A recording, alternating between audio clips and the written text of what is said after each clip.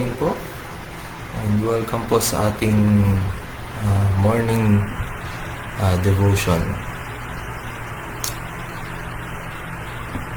Habang inantay po natin yung iba, please prepare your Bible sa Acts chapter 2 verses 42 to 47.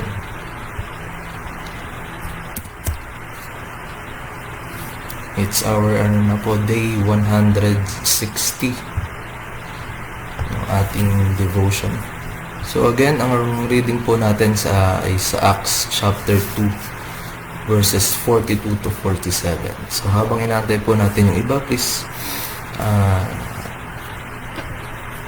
you can greet everyone through our comment section. I guess we can start na po. So let's start with a prayer. Let's pray. Yes, our Father God, Lord, Ikaw ang Diyos na magbibigay sa amin ng bagong buhay sa bagong araw, Lord. Lord, maraming salamat for this time and this platform, Lord God, na nagagamit namin para mapag-usapan yung salita mo at ma-apply namin sa buhay namin. Lord, give us wisdom for this time. In Jesus' name we pray. Amen. Amen. So, yeah. Again, it's our day 160 sa ating devotion, and our reading for today ay manggagaling sa Acts chapter 42 to 47. Sabi doon, and they devoted themselves to the apostles' teaching and fellowship, to the breaking of bread and the prayers. So bago po tuloy, ang title po pala natin is A Community of Believers. Yeah. So again, on verse 42, and they devoted themselves to the apostles' teaching and fellowship, to the breaking of bread and prayers. And awe came upon every soul, and many wonders and signs were being done through the apostles. 44. And all who believed were together, and all had things in common.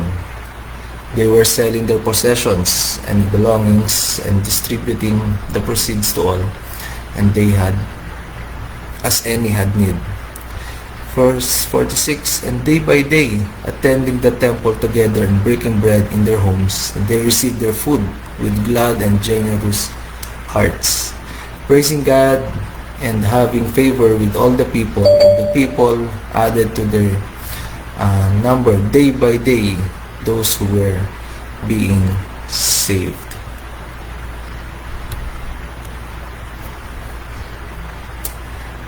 And dito po sa Acts chapter 2, ito yung mga early church o yung first church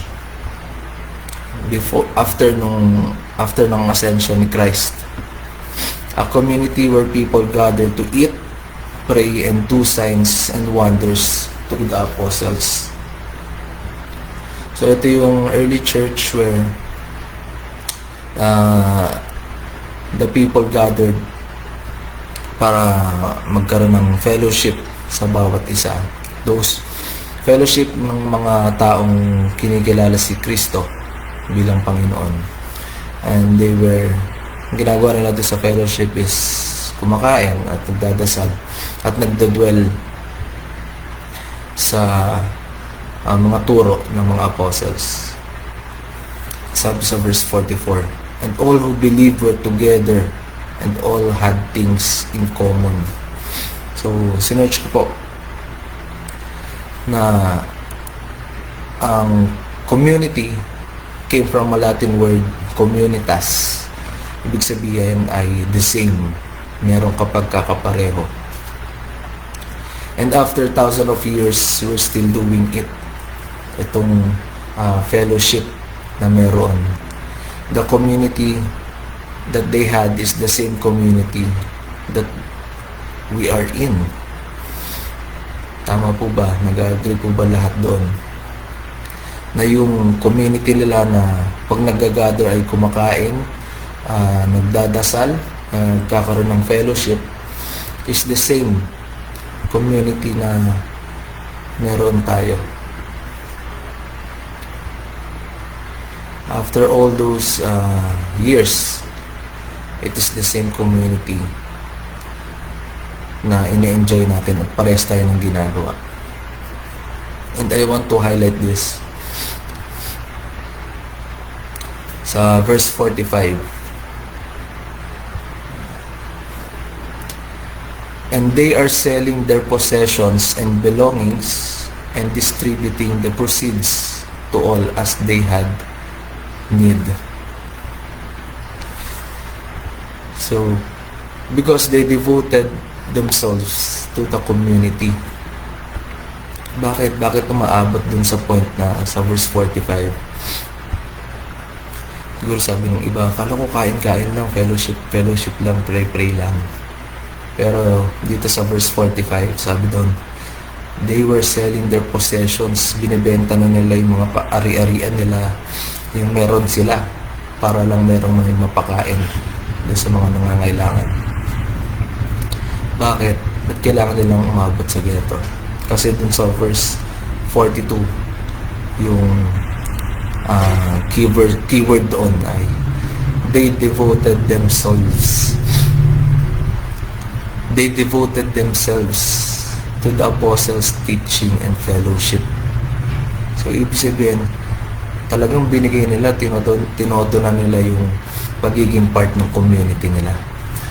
At dito papasok yung sinasabi na 3 B, yung buhay, bahay at bulsa.